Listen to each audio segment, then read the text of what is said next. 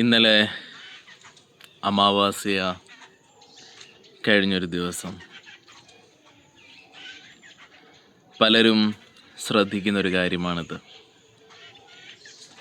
അമാവാസ്യ കഴിയുന്ന ദിവസങ്ങളിൽ മരിക്കാൻ തയ്യാറെടുപ്പോടുകൂടി മരിക്കാനായിട്ടുള്ള ശരീരത്തിന് എന്തെങ്കിലും ഒരസുഖം ബാധിച്ചോ വയസ്സായിരിക്കുന്നവരോ ഒക്കെ തന്നെ പലപ്പോഴും മരണപ്പെടുന്നൊരു ദിവസം അമാവാസ്യയാണ്. പലരും എൻ്റെ അടുക്കൽ പല ഡോക്ടറായിട്ട് ഹോസ്പിറ്റലിൽ വർക്ക് ചെയ്യുന്നവരും പറഞ്ഞിട്ടുണ്ട്. പല ആളുകളും അവർ ശ്രദ്ധിക്കുന്നൊരു കാര്യമാണ് മെയിനായിട്ടും അമാവാസ്യ കഴിയുന്ന ദിവസങ്ങളിൽ അവർ ശരീരം പോയതായിട്ട്.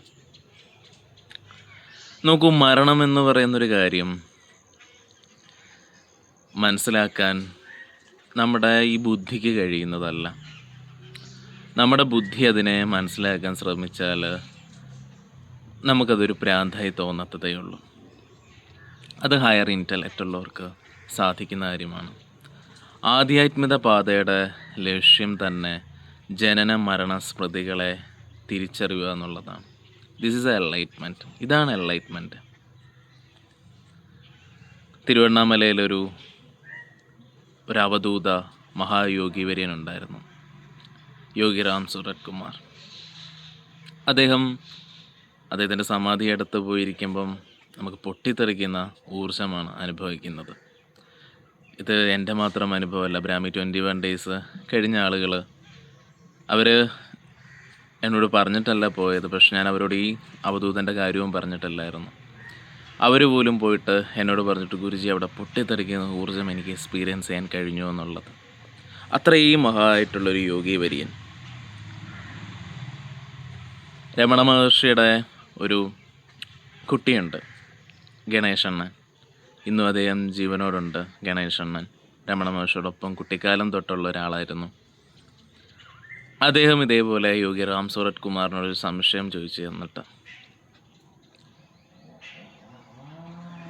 അങ്ങ് സിദ്ധനല്ലേ, അങ്ങ് ഗുരുവല്ലേ, അങ്ങ് എന്തിനാണ് ഈ ബീഡി വലിച്ചുകൊണ്ടിരിക്കുന്ന സദാസമയം, എന്തിനാണ് ഈ പുക വലിക്കുന്നത്? അപ്പോൾ യോഗി അദ്ദേഹത്തിനോട് പറഞ്ഞു, ഒരു പ്യൂരിഫിക്കേഷൻ വന്ന സോളിന് ഇവിടെ ഈ ഭൂമിയിൽ നിലനിൽക്കണമെങ്കിൽ എന്തെങ്കിലുമൊക്കെ കർമ്മം സൃഷ്ടിച്ചുകൊണ്ട് മാത്രമേ നിലനിൽക്കാൻ പറ്റുള്ളൂ. അപ്പം ഞാൻ ചെറിയൊരു കർമ്മം സൃഷ്ടിക്കുന്നു മറ്റുള്ള ആൾക്കാരോടൊപ്പം ഇവിടെ നിലനിൽക്കാൻ വേണ്ടി മാത്രമെന്നുള്ളത്.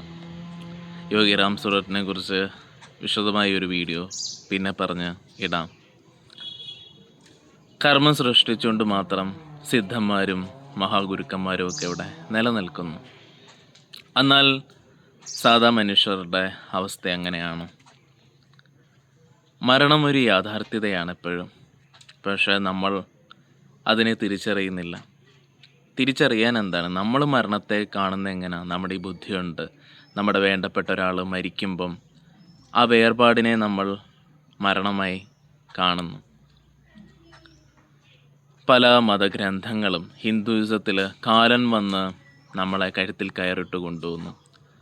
പക്ഷേ അതിൻ്റെ യാഥാർത്ഥ്യം ഇങ്ങനെയാണ്. കാലൻ വരുന്നു, ഈ ശരീരത്തിലുള്ള സമയം നമുക്ക് പൂർത്തിയായി. നരമ്പുകൾ കാലം വന്ന് കയറിട്ട് മുറുക്കുമല്ലേ നമ്മളെ. നരമ്പുകളെല്ലാം വലിഞ്ഞു മുറുകി തലച്ചോറിൻ്റെ പ്രവർത്തനം ഇല്ലാതാകുന്നു. തലച്ചോറ് ഇല്ലാതാവുന്നു മാത്രമേ ഉള്ളൂ. ക്രിസ്ത്യാനിറ്റിയിലും മുസ്ലിംസിലും ഒക്കെ തന്നെ അതിനെ സ്വർഗലോകത്തിലേക്ക് അവർ കൊണ്ടുപോയി. അത് പിന്നെ ഒരു ജനതയെ ചിത്തത്തിനെ ഭ്രമം പിടിപ്പിച്ച ഒരവസ്ഥയാക്കി തീർത്തു. അതവരുടെ രാഷ്ട്രീയ ബുദ്ധിയാണ്. അതിൻ്റെ അപ്പുറത്തേക്ക് അതിൽ ആധ്യാത്മികത നമുക്ക് കണ്ടെത്താൻ കഴിയില്ല. നമ്മുടെ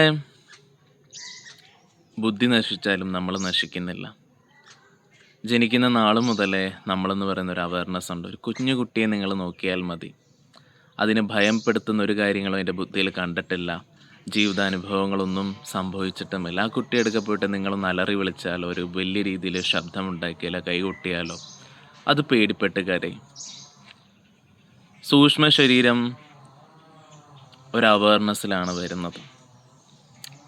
ഒരു 90% ആൾക്കാരും ഈ ഭൂമിയിൽ ജീവിക്കുന്നത് ശരീരമാണെന്നുള്ള ബോധ്യത്തോടു കൂടിയിട്ടാണ്. ചിത്തത്തിന് ഭ്രമം പിടിച്ചതുപോലെയാണ്. അത് ശരിയല്ല. അപ്പോൾ നമ്മുടെ ശരീരം ഈ നിമിഷം നഷ്ടപ്പെട്ടാലും ഒരു കൈ മുറിഞ്ഞാൽ തന്നെ നമുക്ക് ദുഃഖമേ ഉണ്ടാവുള്ളൂ. അപ്പോൾ ഈ ശരീരം മൊത്തത്തിൽ നഷ്ടപ്പെട്ടാൽ എന്താവും ഈ ബോധത്തിൻ്റെ അവസ്ഥ? ഇതിൽ ദുഃഖം മാത്രമായി. അതുകൊണ്ടാണ് മരിച്ചവരുടെ അരികിൽ നമ്മൾ അധികം നേരം സ്പെൻഡ് ചെയ്യല്ലെന്ന് പോലും പറയാനുള്ള കാരണം. അത് നിരാശയുടെയാണ്. അവരുടെ ശരീരം പോയിട്ട് നിരാശയിലാണ് അവരവിടെ തന്നെ ഉണ്ട്, എവിടെയും പോയിട്ടില്ല.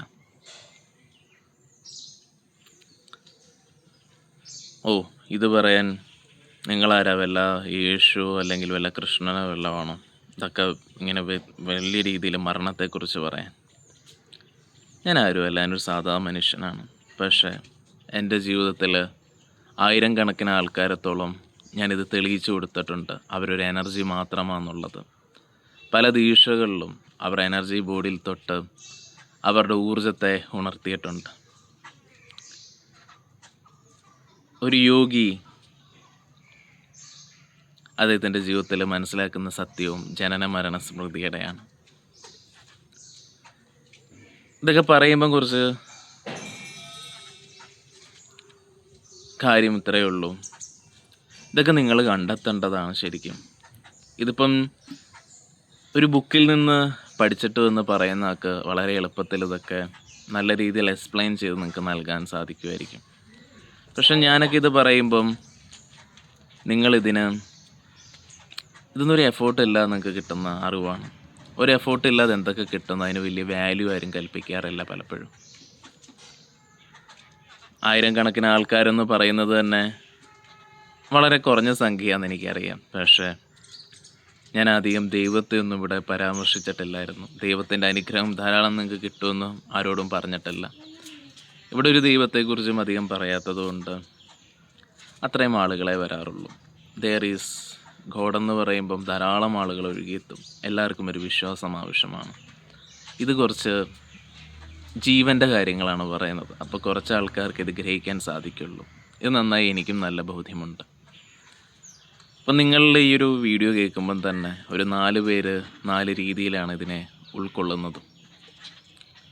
ഒരാൾ ഇതൊരു സാധ്യതയാക്കി എടുക്കും, ഒരാൾ എന്തോ ഒരു വിഡ്ഢിത്തരമായി തോന്നും, ഒരാൾ ഇതിൻ്റെ അർത്ഥങ്ങളെ പൂർണ്ണമായും ഗ്രഹിക്കുന്ന അവസ്ഥയിലെത്തും. ഇതെല്ലാം ഉണ്ടാവുന്നത് എങ്ങനെയാണ്? ശരീരവും ആത്മാവും ഉള്ളൂ. മനസ്സെന്ന് പറയുന്ന കാര്യം ചിത്തമാണ്. നമ്മൾ ഈ മനസ്സിനെ കൂടുതൽ ഇന്ന് അതിനെക്കുറിച്ചുള്ള അറിവുകൾ നഷ്ടപ്പെട്ടു പോയത് പാശ്ചാത്യരുടെ, വിദേശികളായിട്ടുള്ള ആൾക്കാരുടെ കുറച്ച് ഇൻഫ്ലുവൻസ് കൊണ്ടാണ്. അവർ മനസ്സിനെ സബ് കോൺഷ്യസ് മൈൻഡും കോൺഷ്യസ് മൈൻഡും നോർമൽ കോൺഷ്യസും ഒക്കെ ആയിട്ട് അവർ വിശദീകരണം ചെയ്ത് നമ്മളാകെ കൺഫ്യൂഷനായിപ്പോയി. മനസ്സെന്ന് പറയുന്നത് ഇത്രയേ ഉള്ളൂ, അതൊരു പ്രാരാബ്ധമാണ്.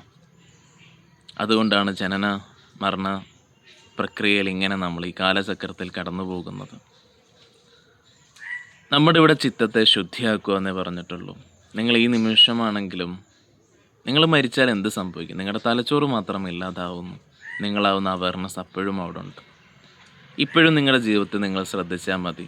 നിങ്ങൾ കൂടുതൽ സമയം ബുദ്ധിയാലാണോ പലതും ചെയ്യുന്നത്, നിങ്ങളുടെ വൈകാരികപരമായിട്ടുള്ള ഇമോഷൻസാണോ നിങ്ങളെ നയിക്കുന്നത് എന്നുള്ളത്. ആ ഇമോഷൻസ് നിങ്ങളിലുണ്ടാവുന്നത് നിങ്ങളുടെ അവയർനെസ് ഏത് സ്റ്റേറ്റിലാണ് നിങ്ങളൊന്ന് റിയലൈസേഷൻ ചെയ്താൽ മതി. നിങ്ങൾ ഒറ്റയ്ക്ക് പോയി ഒരു മണിക്കൂർ എവിടെയെങ്കിലും ഇരിക്കുക. ഒരു 90% യോഗയും ധ്യാനവും ഒന്നും ഇല്ലാത്ത ആൾക്കാരുടെ മനസ്സിൽ ഉണ്ടാവുന്നതൊരു ഭ്രമം മാത്രമാണ്. ഇതേപോലെയുള്ളൂ നിങ്ങൾ ഈ ശരീരം വിട്ടാലുമുള്ള അവസ്ഥ. അതിനാണ് യോഗികൾ പറയുന്നത് കുണ്ഡലിനി ഉയരണം, എനർജി ഉണരണം. അപ്പോൾ അബോധമെന്ന് പറയുന്നത് അതൊരിക്കലും ഉപബോധ മനസ്സിൻ്റെ അല്ല. വികാരങ്ങളെല്ലാം സൃഷ്ടിക്കുന്ന ഈ അബോധത്തിലുണ്ട്.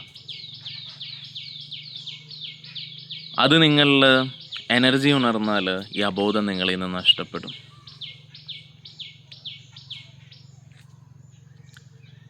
അവിടാണ് ശൂന്യത എല്ലാവരും എക്സ്പീരിയൻസ് ചെയ്യുന്നത്. ഇത് പറയുമ്പം തന്നെ മനസ്സില്ലാതായാലും നിങ്ങൾക്ക് ജീവിക്കാൻ കഴിയും, തലച്ചോറില്ലാതായാലും നിങ്ങൾക്ക് ജീവിക്കാൻ കഴിയും. നിങ്ങൾക്ക് വേണം എൻ്റെ തലച്ചോറ് കൊണ്ടുപോയി ടെസ്റ്റ് ചെയ്യാം. ഞാനിപ്പോൾ ഈ പറയുമ്പം പോലും എൻ്റെ തലച്ചോറ് ചിലപ്പോൾ ഡെത്താണ് കാണിച്ചുകൊണ്ടിരിക്കുന്നത്. ഇത് ഇന്നത്തെ കാലത്ത് തെളിയിക്കാൻ പോലും ആധുനിക യുഗം അത്രയും പുരോഗമപ്പെട്ടിട്ടുണ്ട്. തലച്ചോറില്ലെങ്കിലും നമ്മളിവിടെ ഉണ്ട്. നമ്മളെന്ന് പറയുന്നൊരു ബോധം മാത്രമാണ്.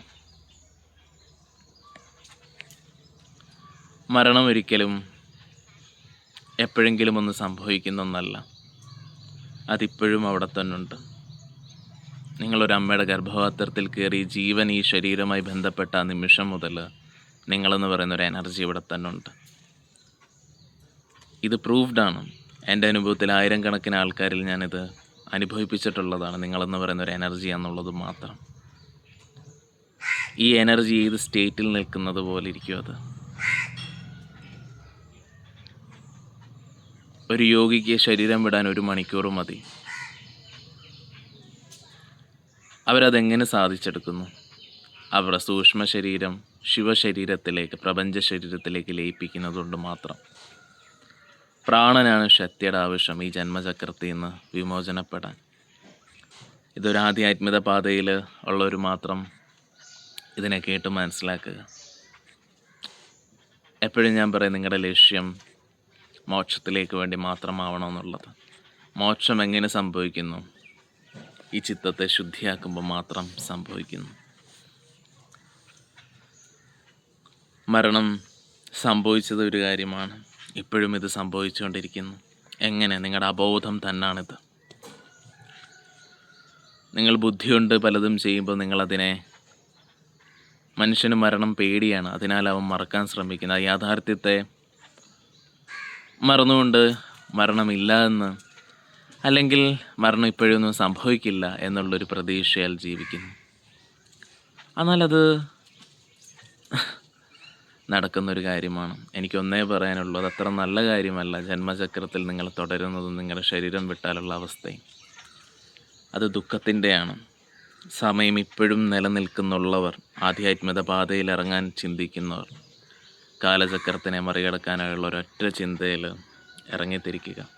നിങ്ങൾക്ക് വിമോചനപ്പെടണം കാലചക്രത്തിൽ നിന്ന്. ഇത് ആധ്യാത്മികത ലക്ഷ്യമാക്കിക്കൊണ്ട് ഇറങ്ങുക. ഒരു ഗുരു ഒപ്പം ഉണ്ടെങ്കിൽ സാധ്യതയാണ്, അതിനുപകരിക്കുക. നമസ്കാരം.